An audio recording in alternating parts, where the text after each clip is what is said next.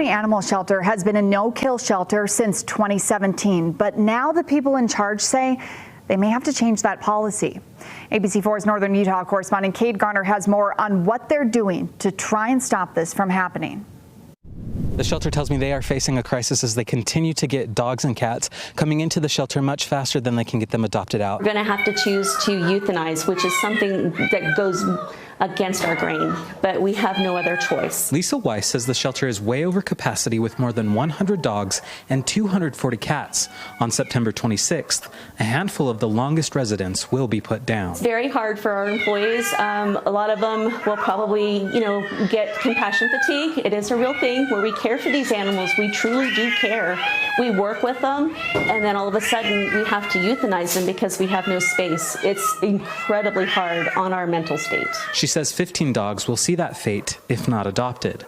Dogs like Max, who has spent nearly 200 days in one of the shelter's kennels. It's just not fair to keep them here any longer than they have been. The adoption fees have been waived for the 15 dogs. And in a perfect world, Weiss says they'd adopt out 45 dogs and 45 cats this month. She's a border collie that was caught in a raccoon trap. Cindy Colgrove has adopted 2 dogs from the shelter and now volunteers to walk dogs. If we don't walk them, they're not going to be able to get any time outside of their kennel.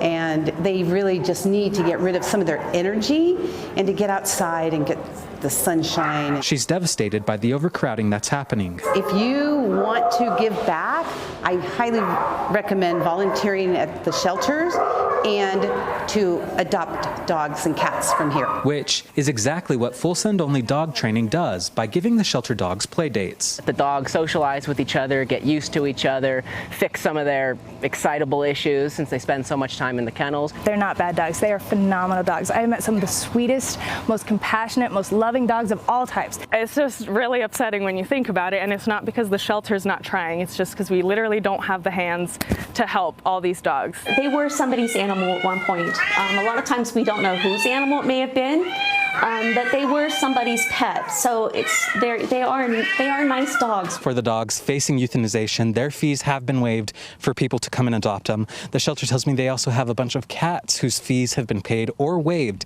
to help get them out into loving homes. Reporting from Weber County, Kate Garner, ABC4 News.